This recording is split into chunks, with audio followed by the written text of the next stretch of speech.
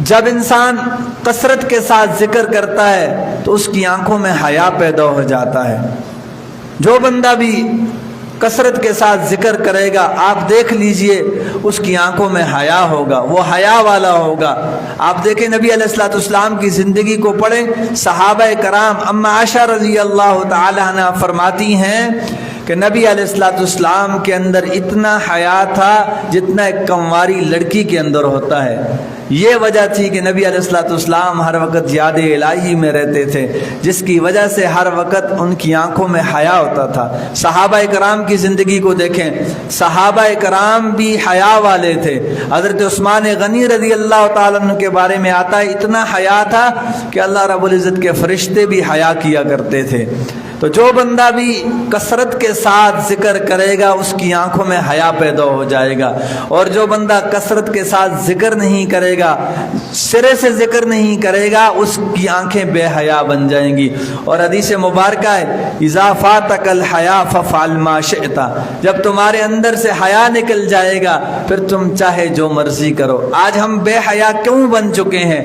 وجہ یہ ہے کہ ہم کثرت کے ساتھ ذکر نہیں کرتے، جس کی وجہ سے آج ہماری آنکھیں حیا والی نہیں ہیں، ہماری آنکھوں کے اندر حیا ختم ہو چکا ہے، ہم بے حیا بن چکے ہیں۔ اس لیے اگر کوئی بندہ چاہتا ہے کہ اس کی آنکھوں کے اندر حیا آ جائے اور وہ آنکھوں کی حفاظت کرنے والا بن جائے، اس کو چاہیے وہ کثرت کے ساتھ ذکر کرے، اور یاد الہی کو کثرت کے ساتھ کرے گا تو اس کی آنکھوں کے اندر حیا پیدا ہو جائے گا۔ اور جو لوگ کثرت کے ساتھ ذکر کرتے ہیں، لوگ بتا دیتے ہیں، محسوس ہو جاتا ہے ان کو کہ واقعی یہ بندہ حیا والا ہے۔ پھر کہنے کی ضرورت نہیں ہوتی کہ میں پردہ کرتا ہوں آپ پردہ کرو، بلکہ اس بندے کے بارے میں محسوس ہو جاتا ہے، لوگوں کو پتہ لگ جاتا ہے یہ حیا والا ہے، خود بخود لوگ اس سے پردہ کرتے ہیں، عورتیں ان سے خود بخود پردہ کرتی ہیں۔ آج لوگ کہتے ہیں آنکھ کی حفاظت نہیں ہو سکتی، وجہ یہ ہے ہم کثرت کے ساتھ ذکر نہیں کرتے۔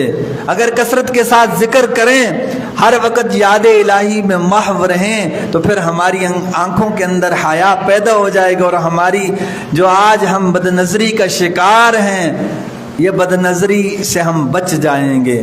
آج دیکھ لیجئے صوفی صاحب ہوگا، حاجی ہوگا، نمازی ہوگا، پرہیزگار ہوگا، لیکن آنکھ کے اندر حیا نہیں ہے، آنکھ کی حفاظت نہیں کر سکتا۔